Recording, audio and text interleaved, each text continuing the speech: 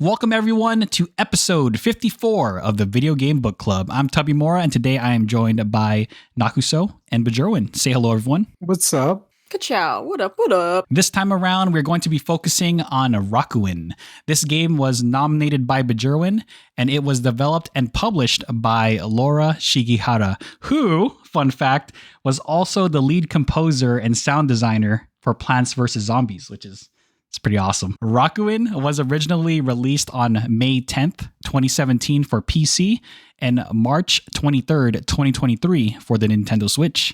On Laura Shigihara's website, it reads, quote, Rakuen is an adventure game about a little boy who lives in the hospital. One day, the boy asks his mom to escort him to the fantasy world from his favorite storybook so that he can ask the guardian of the forest to grant him one wish. In order to receive his wish, the boy must complete a set of challenges that revolve around helping his neighbors in the hospital by interacting with their alter egos in the fantasy world. But that's how the website describes the game. How would everyone here describe the game? And the order of presenting will be Nakuso and then Bajerwin. And please be advised, there may be spoilers ahead. And with that said, let's get started. Question 1. Describe the game in one sentence. So I would describe this game as, well, have you ever stayed in a hospital, Tubby? Or you know someone who suffered from an illness? Yes. So yes, this is what Rakuen immediately sets for the atmosphere for like what you can expect. So many memories, so many awesome characters and things that you would never expect, and it ends off on a really fulfilling dream and gives a good life lesson. That's how I would describe the game. This game is a story-driven, JRPG-esque game. That sounds weird to use game twice in a sentence. That follows a young, hospitalized boy and his loving mother as they explore the world within a book, Rakuen, meeting and befriending humans and Leebles alike. Question 2. What platform did you play the game on? And briefly describe your playstyle towards the game. So I played this game with my DK bongos, of course. Hell yeah. No, seriousness. I played this game on Steam initially with mouse and keyboard after finding out there's a beta version which has like improvements of visuals, controller support, which wasn't in the standard version. You had to like keybind it and do all that annoying stuff. But yeah, I played in the beta version, which improved a lot of stuff. And then it also added controller support. So I played with my Xbox controller. Didn't have any issues. And I did the majority of the game. The side quest, I interacted with toilets. There's so many, I know that sounds weird, but there's like so many interactables in the world that you can just mess around with, and has flavor text and other type of text. I always had this ritual of just filling the sink with water in the bathroom, wiping the toilet a few times, keep the enemies away. Okay. I like it. And then, of course, the main story, I talked to most of the interactable characters and did most of the dialogue and all that awesome stuff in the game as much as I could. And by the end, I had most of the achievements, and yeah, it was awesome.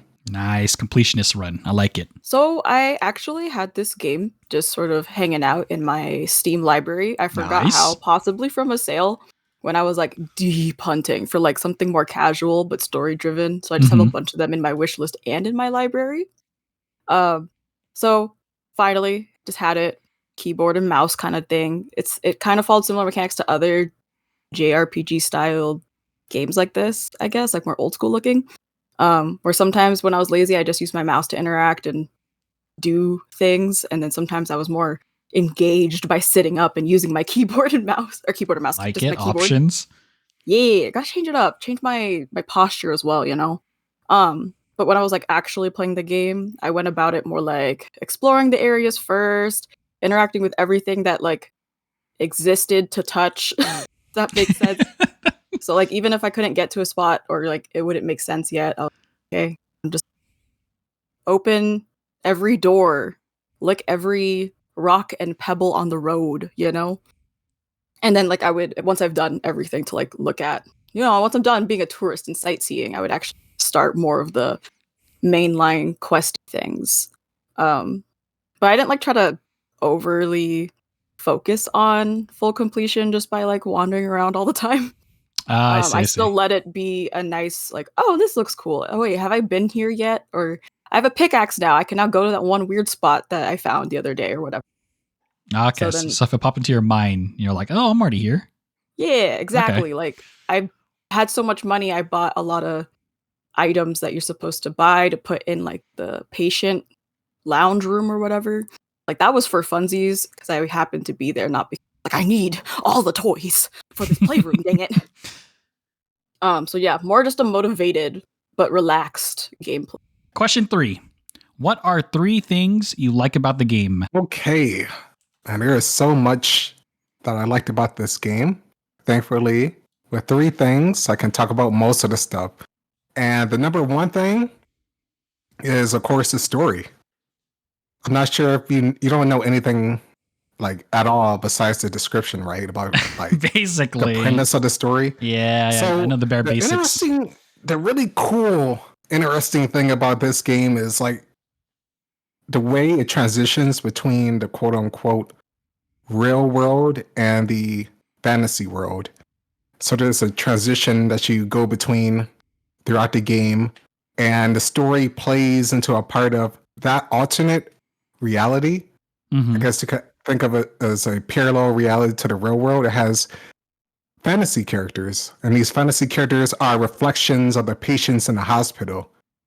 And as you are in that fantasy world, helping those characters, you're inadvertently helping the characters in the real world with their problems and while they're there in the hospital. So you have this awesome conflict that you're seeing, and it plays out with the patients. And it's just cool to see what they really dealt with. Like you have, for instance, one of my favorite characters is like this child named Sue. Mm-hmm. She's like in a hospital. It doesn't tell you exactly why she is there. There's like some hints, like respiratory issues, like piecing it all together. And, yeah, there's like a lot of things that you piece together. It also does show a lot of it in the story, like as you play those sections. But her story really stuck out the most to me because I dealt with respiratory stuff when I was a child for a while in the hospital. I had like severe asthma. Oh, man. I don't think I ever told you, but yeah. No, I did not know that.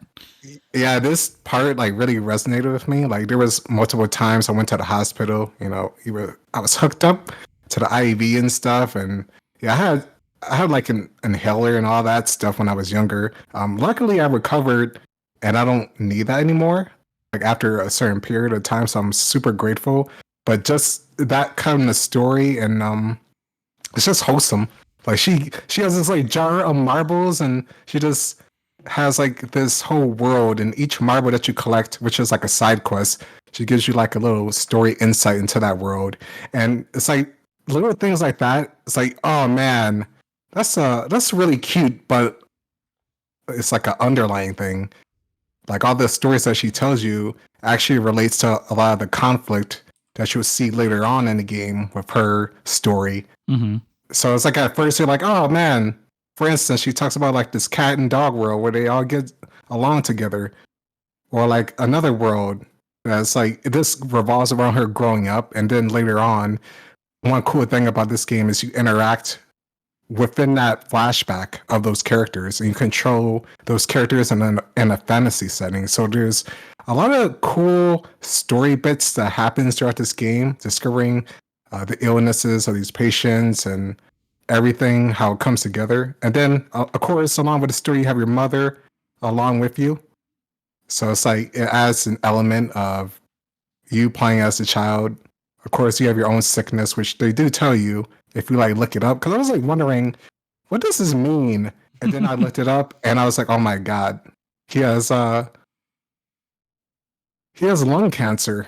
Oh, so I was like, oh my god, just hearing a child with cancer, that definitely, it brought up some memories. But overall, the course of the whole game, it's super heartbreaking, super emotional, but it really leaves you with a lot of good life lessons. So one thing I liked about Rakuen is that honestly the combination of the storytelling pieces used in the genre of like this JRPG, possibly made with like RPG Maker, it feels like, but like fancy, like the super high level RPG Maker, whatever they have now. It just felt right, I guess. Like it was done in a way where I was still immersed and interacting with the surroundings like I was this boy in this Narnia book thing, if that makes sense. So just I thought it was a good like support genre, not support genre, but like they work together hand in hand pretty well. Like most of the games I've played or seen someone play in this style where it's like you have puzzles to solve or like mini quests to help people and then it's mostly story driven. They always for some reason break my heart and most of them were horror games. And this one wasn't necessarily horror. Like when you look at the Steam page, for example, it looks kind of nice, it looks cute, you know, possibly depressing because he's in the hospital and his mom's there, you know? But actually, no, there's some really good scenes like told with the use of the RPG effects, I guess, or like stereotypes or game mechanics found in those kinds of games, and then the music, the story, it just made sense. Like I felt like this kid in the hospital. I was like, dang, I don't want to be left alone. And it was good. It was just good combo. Okay, so my second thing that I liked about the game is the escape puzzles. So instead of having any kind of combat in this game, it's more akin to the puzzle aspect from like Zelda games. But the cool thing about this is a lot of the puzzles is usually about memorization. I actually have notes that are written down that I had to write down. It's like there's a lot of coding that you have to read to figure out certain dates or a specific number on the answer machine, which was probably one of the most memorable ones. And this is like the first time in a while that I wrote down a lot of stuff notes wise that I had to decode. So this like one code that I had to do was like on the wall, but it was like scrambled. So I was like, what does this mean? Because it's like I knew this code had to be something important for a date. So it's like I had to I was like I couldn't figure it out. Then I like Googled that specific scrambler, like word scrambler, and then that word scrambler told me exactly what it meant. So I was like, oh my god, that is actually awesome. Like I love stuff like this, having to actually figure out certain puzzles or like certain steps you have to take at a specific entrance in order to open up another hidden entrance. There's like a lot of different puzzles like that within the game. Or like one specific puzzle is like of a chessboard and you had to remember the positioning of it. So I mean, I was like, oh man, like this. We had the technology.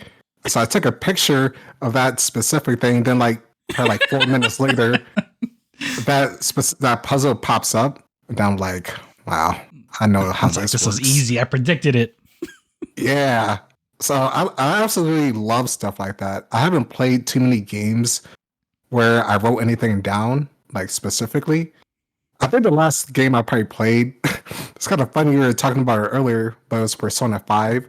And that was Makoto's, what is it? The dungeon? At the bank. It's like the bank. It's like one specific area in the bank where you like, I mean, it makes it easier if you write it down. You don't have to. I think that's the last time I did something like that. So it was cool to see it again. And there's other puzzles that also revolve around certain patterns or sequences that timing is coming down. It's kind of creepy, especially with the music that plays. But you know what? I managed to figure out every puzzle in the game without having to look it up. So, dang, what a god. Respect. Yeah. That is it for my second thing that I liked. So I talked about the combination of the genre of game itself with the storytelling part.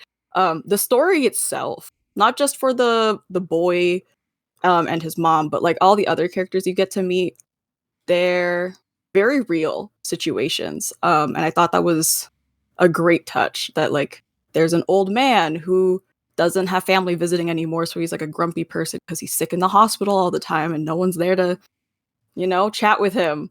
Or the dementia patient, that really hit kind of hard since my grandma is hella dementia now. So just like for a second in the game, you think maybe he really is just being misunderstood, because when he was talking to your character, it's like, yeah, maybe they're getting it wrong, like maybe it wasn't him. Do we know? Where's the footage? Show me the Carfax. And then the more you play, the more you're like, oh no, he really is losing it. And it hurts more, because at first at least for me, I really thought like, yeah, no, maybe he's getting better. Maybe it's working and they just are wrongfully treating him or something. No, I was wrong. But it makes you care about these stories, these real stories. There's real people in the world out there in hospitals who are in these situations. And it's like, damn, I don't know why, but like I feel like crying again.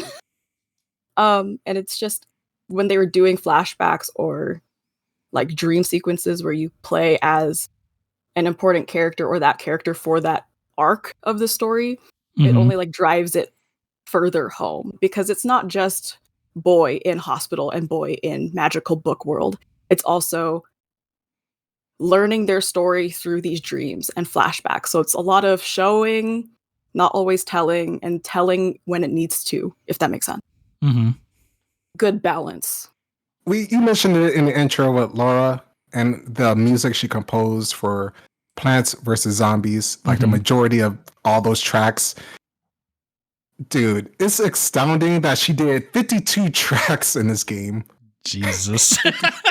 Dude, like not only did she, develop most of the game, of course she had help with a lot of concept work and some sprites and stuff from contributors and other people, but a majority of this music was done by her, including some vocals that she sings throughout different parts of the game. Oh, wow. So I found that 52 tracks, along with developing and programming and doing a lot of the sprite work, it's just awesome to see in a small game. Yeah, dude, jeez. Like 52, of course, some of these tracks were like probably like a handful, so like 5 or so, or maybe even less, was done by contributors with their tracks, but still at least like 45 tracks. It's quite incredible, especially the music in the game. It changes, it sets the mood and tone depending on if you're in a real world or if you're getting chased by enemies, or there's just those escape puzzle sections, those escape rooms where it's just playing frantic music, or you hear a clock ticking down. There's like subtle stuff like that. And the cool thing is just all these tracks, it ranges from, got some surprisingly tell you, if you're like, what? There's some hip hop in there. Some hip hop in Rakuen? What? There's some hip hop in there. There's like a character called Little Beats. Little Beats by Drew. Or Little Bud. Or Little Buds. It's like it's so dumb, but it's like great. It's like, of course, you have your super epic and also emotional music in the game. A lot of different sound effects, and yeah, just the sound design is just awesome. So that's the third thing that I liked. The freaking world is so cute, okay? like, I don't know. I don't normally think of, like, when I think JRPG games that look like this, I don't think of, wow, a pretty, like, storybook thing where there's weird creatures called Leebles and the cats are uglier in that world for some reason. You have these glowing sheep and beanstalks that climb into the air to reach the Sky Islands or whatever. It's like, what kind of adorable, hella tubby not Breath of the Wild, Tears of the Kingdom combo book world is this, And onions can talk. Like all kinds of strange things. There's mushrooms, different kinds of mushrooms. Like, there's a whole group of, like, not necessarily delinquent kids, just like people who are like the homies in a band. There's like tiny details in this world that in a way reflect the real one as it's supposed to, but it's still its own being, its own existence. Like dragons, for example, like there's different kinds of them, and they talk about it a little bit. They don't just say like, yeah, I'm a dragon, what's up? This world has a little bit of depth. It's adorable. A Studio Ghibli film. Honestly, yeah. If Studio Ghibli made a JRPG, this would probably be along that lines because it would also hurt you. It'd break your heart, but give you a great childhood at the same time. You know, like that's the vibe I got, and it was just so cute. The colors and the music. I thought it was great design for a children's book that you're in. I guess like it wasn't boring. It wasn't. It was very. I would have loved this as a kid, kind of. What are 3 things you did not like, and how would you improve it? So my first thing is the ability that you, or should I say, I wish was in the game, is sprinting. Most of the game you're walking around, and the game isn't like the world isn't super big, but there is some backtracking back and forth, especially if you get stuck in certain sections and want to quickly get to another section that you were out, especially during some of those puzzle sections. I wish there was a way that you could sprint, so a better movement ability. And an awesome way, and a simple way, is just to have a toggle. Be able to toggle between walking and sprinting. A lot of the time, traveling around, I feel like that was most of the time where I got stuck in terms of like figuring out. Because like after an emotional scene, you're kind of like out of it for a second, and then you forget where am I supposed to be going? What was I doing? So it's like you get a little lost. It's not like a super large period of time for me where I got lost, but there were just key moments like that where I was like, man, I wish I could just get to this place quicker.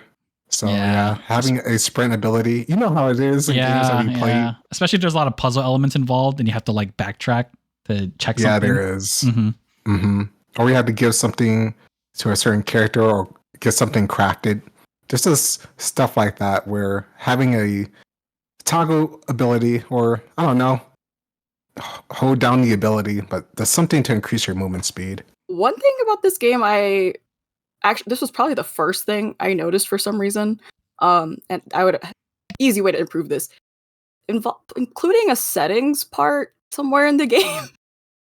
Like, I don't know. Like, I get it. You don't have to have like the most insane setting changes, like in Overwatch, how you could change key bindings to like all kinds of crazy things and all the accessibility stuff. Yeah, all that stuff. But in this case, like maybe even just to like change the volume of the audio or something, or include like the dialogue speed or a chat log, dialogue log, dialogue logs. I like it. And you know, like weirdly enough, when there's a lot of dialogue happening in games like these, I appreciate like an autoplay feature so that I can just sit that's a good one. and watch.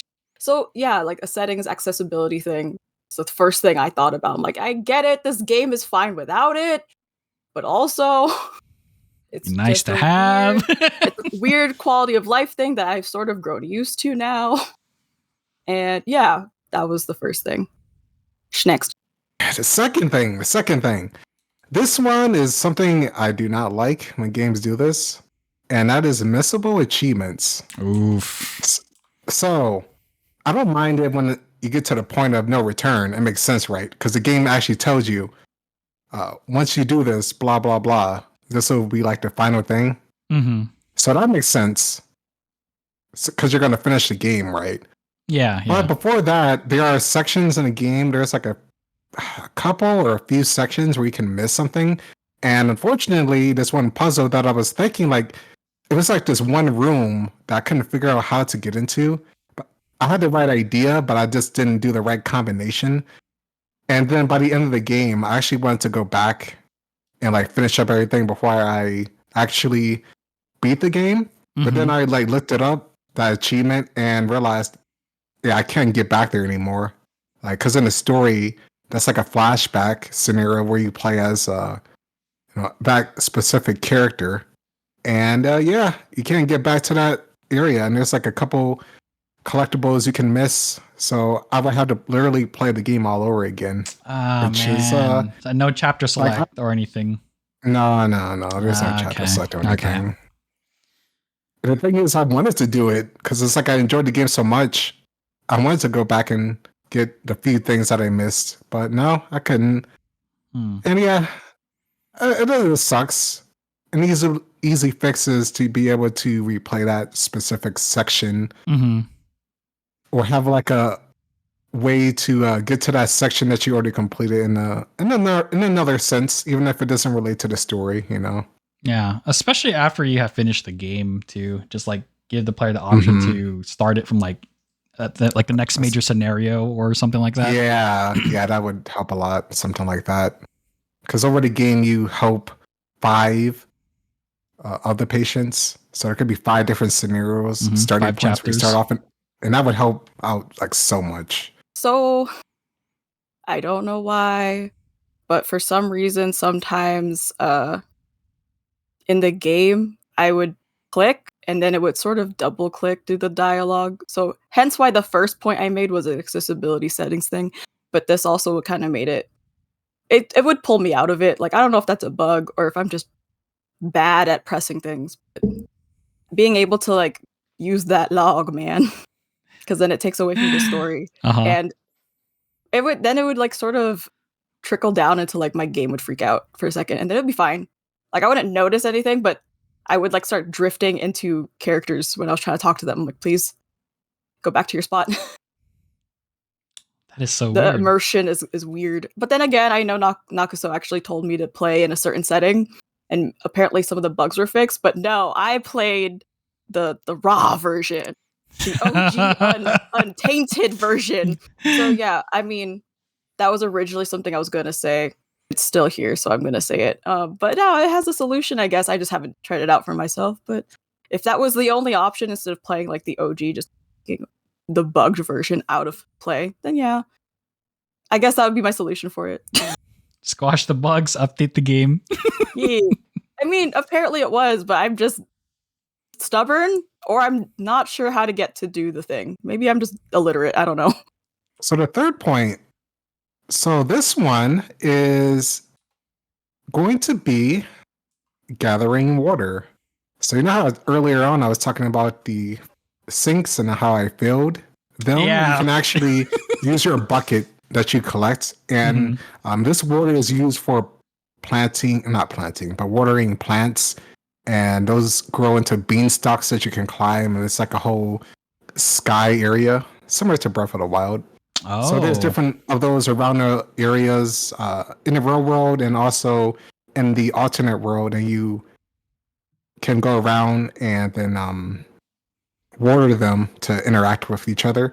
The bad thing is you can only get the water from the real world, so you have to like walk in between realms in order to get this water to go back to water the plant. And in the fantasy world, which is Morizora, I don't think I mentioned it. There's so many water sources around. I'm surprised that you can't just go up to like a river or a pond and just use your bucket. You have to go back to the real world and use the sink. Doesn't make any sense. It's like, that's kind of weird. I need my organic water. Yeah, I guess. Crystal Springs only, please, Dasani. Yeah, so I had to just like go back and forth. It doesn't take too long because usually all those plants are near an entryway, so you can go back between each area, but it would save some time. I guess you kind of notice a lot of this is just saving time, it seems, of a lot of the improvements I would like to make to the sprint, to the missable achievements, and to this of gathering water. So yeah, the simple one, this let us gather water in Morizora. So many places to gather it. How come I can't? You know what? How come I can't empty my water bucket after I use it? Uh-oh. It's no point of doing that, but just let me do it anyway. Let me gamepad myself. Oh, like just dump it, just cause. Yeah. That doesn't make any sense. But now, in seriousness, gathering water in Morizora is what I would love to see. This is a interesting take on this game because I understand it has a linear progression, but I think since there's different, patients that you are trying to befriend, I don't think it mattered too much in the order. Like, let's say like it didn't have such a linear order, and you could actually like sort of do a little bit of each. I think that would have made it more cool and more, what's the word?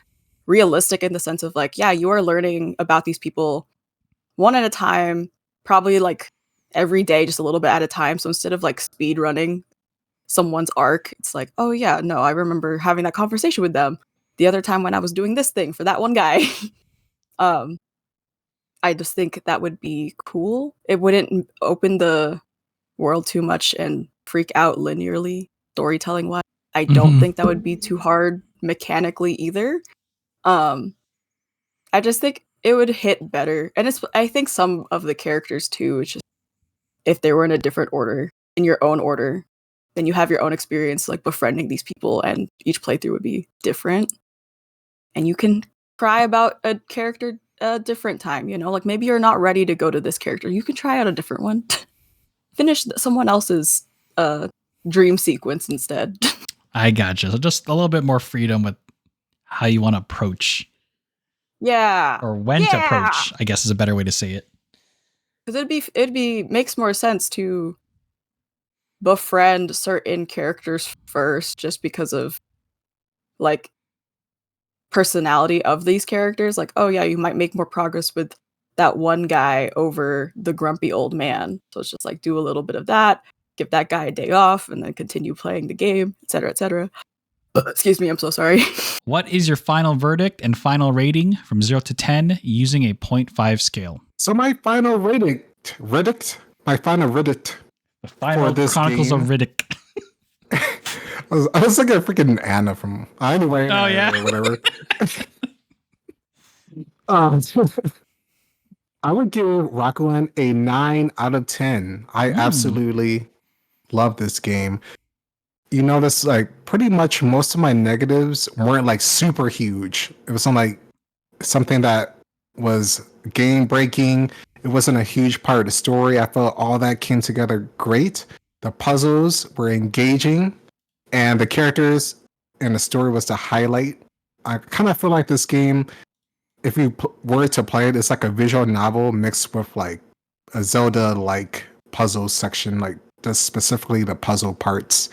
And yeah, if you treat this game like a visual novel, especially there are some slower parts in the game, and it does take a little bit in the beginning to really get things going. But overall, I didn't find anything too big for me to dislike in this game. It really resonated with me, especially some of the stories. A lot of sad stories in there that you would expect, especially if you know anyone who had cancer or dementia or anything with respiratory issues, or it's just like really heavy, life-threatening.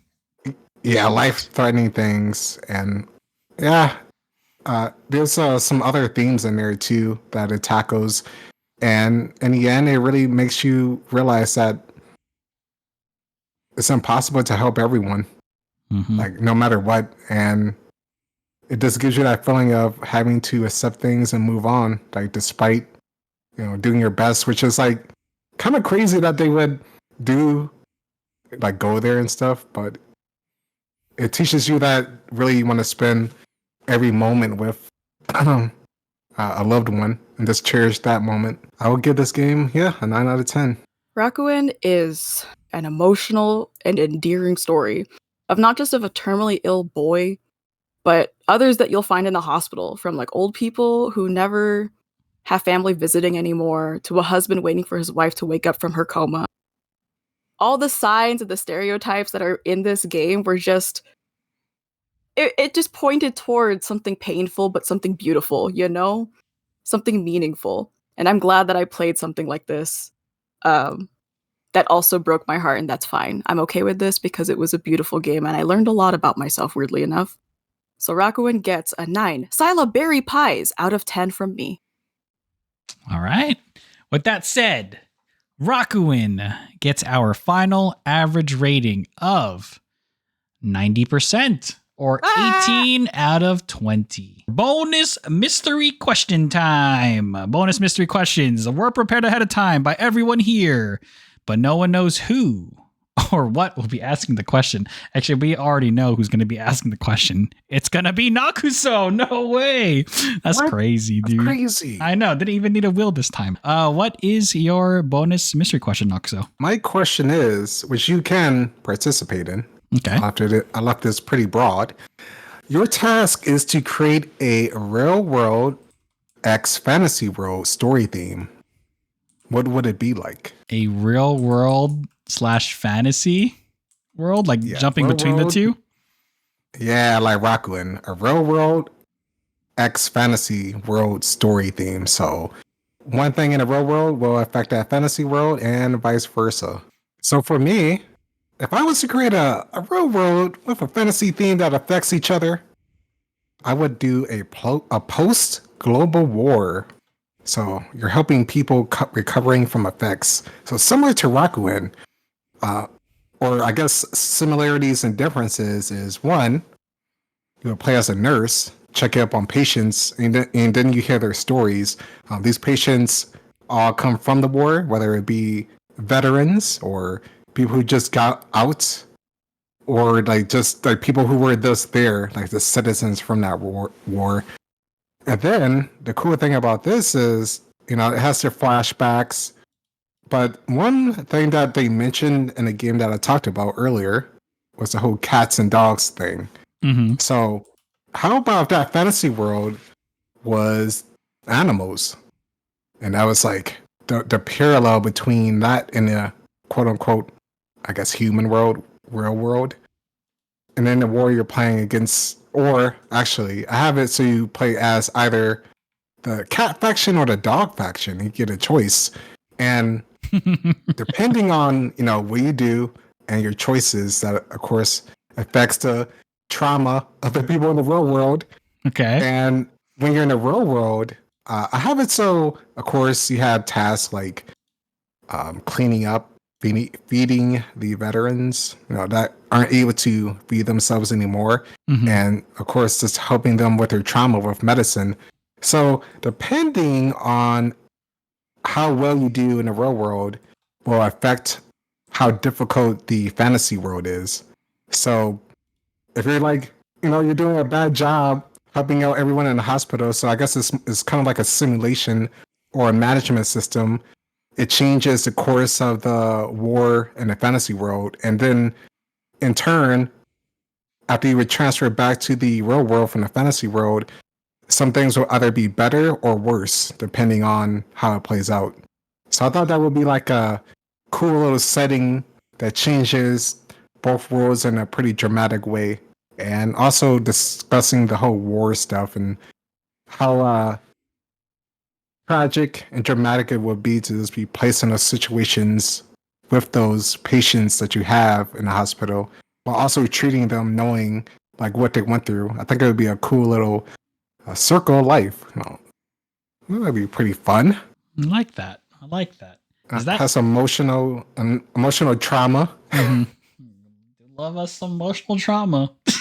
I do love me some emotional trauma. How about you, Tubby? Okay, so I don't have anything cool like that. A minute is definitely not enough time. I'm just gonna whip something out of my my bunghole here. This is just your isekai. That's exactly all I could think about when you said it. The real world and the fantasy world. It's like an isekai type of anime or something.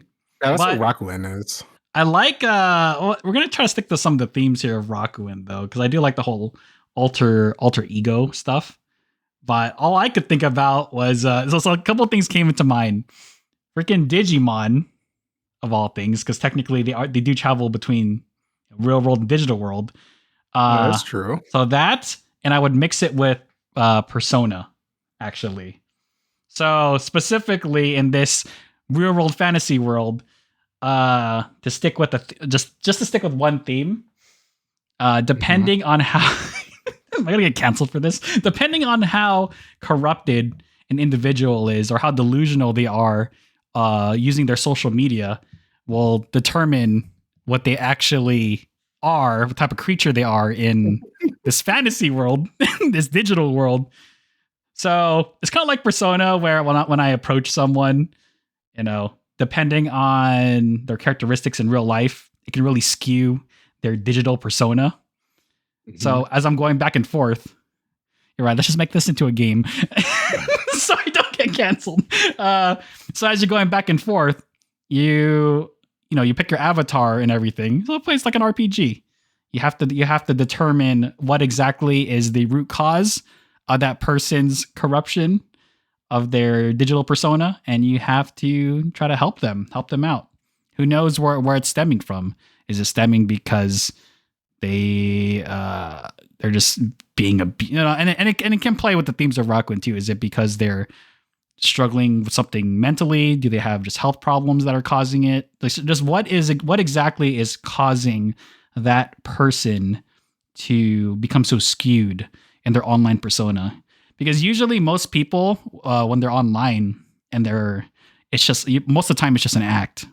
For a lot of people, they just build a persona online, and I think it'd just be an interesting game concept, just taking that and meshing Digimon and Persona like together, and just being able to go back and forth. I think there's a lot of potential. I think there's a lot of again, I didn't play Rakuen, but I like to see more games try to tackle that dynamic. I guess the major problem though with a game like this is people are going to be like, "Yo, that game is so woke." What's going on here? What's this woke game?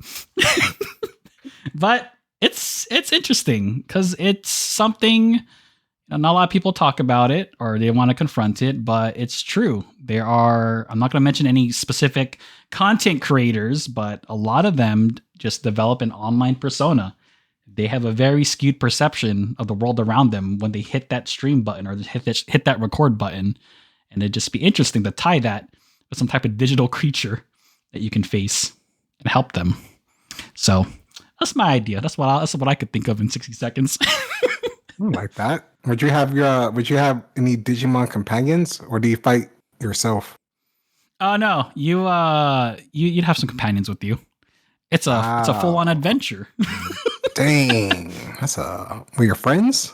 Yeah, but of course you're probably your first enemy is you have to conquer your own digital persona. Yeah, you have to overcome that because you can't help stabilize a person's online persona if you yourself are not stable. You need to help yourself first before you can help others. You need to be defeated by your own persona and the game ends. Oh, you can. You just uninstall at that point. You're not ready for this, okay? So I took inspiration from literally for some reason, the first and one thing that had a kind of double world element. I was mostly focused on what the gateway was. I don't know why that was what was stumping me, oh yeah, Narnia. No, I don't want to do that. So Narnia! I was thinking about Link Click.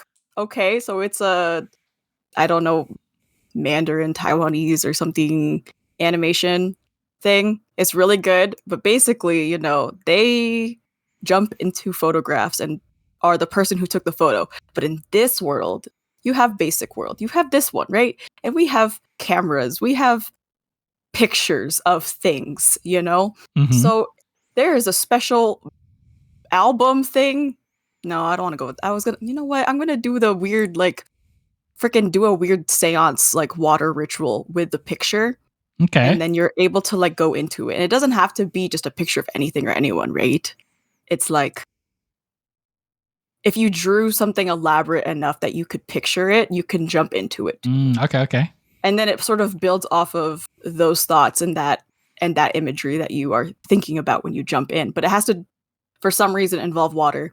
Just because for some reason it has to involve water. Yeah, okay. Kind of like how in Kingdom Hearts openings, there's just always someone falling. You're not wrong. And there's always a cool water sequence when they flip around. It's the other world. I'm like, yeah. And Pirates of the Caribbean does it where they're going to Davy Joe's locker, they're trying to leave, and then the water flip. Oh, yeah, classic. It's just a conduit. Water's something about flipping and it's a conduit. You just got to do the thing. And in the other world, other than if you drew that really elaborate picture, if it was just a picture, a photograph taken, entering that thing, you would enter as yourself and not like anyone else in it. You would just exist. So if it was a picture and you're also in it, you just randomly appear and it sets up a whole separate like multiverse. Dang. That's intense. But then when you come back, it starts to like, if you've done it enough times, it'll start to merge slowly the more you do it. Like the worlds start to collide and things start freaking out. Oh, jeez. Supernatural.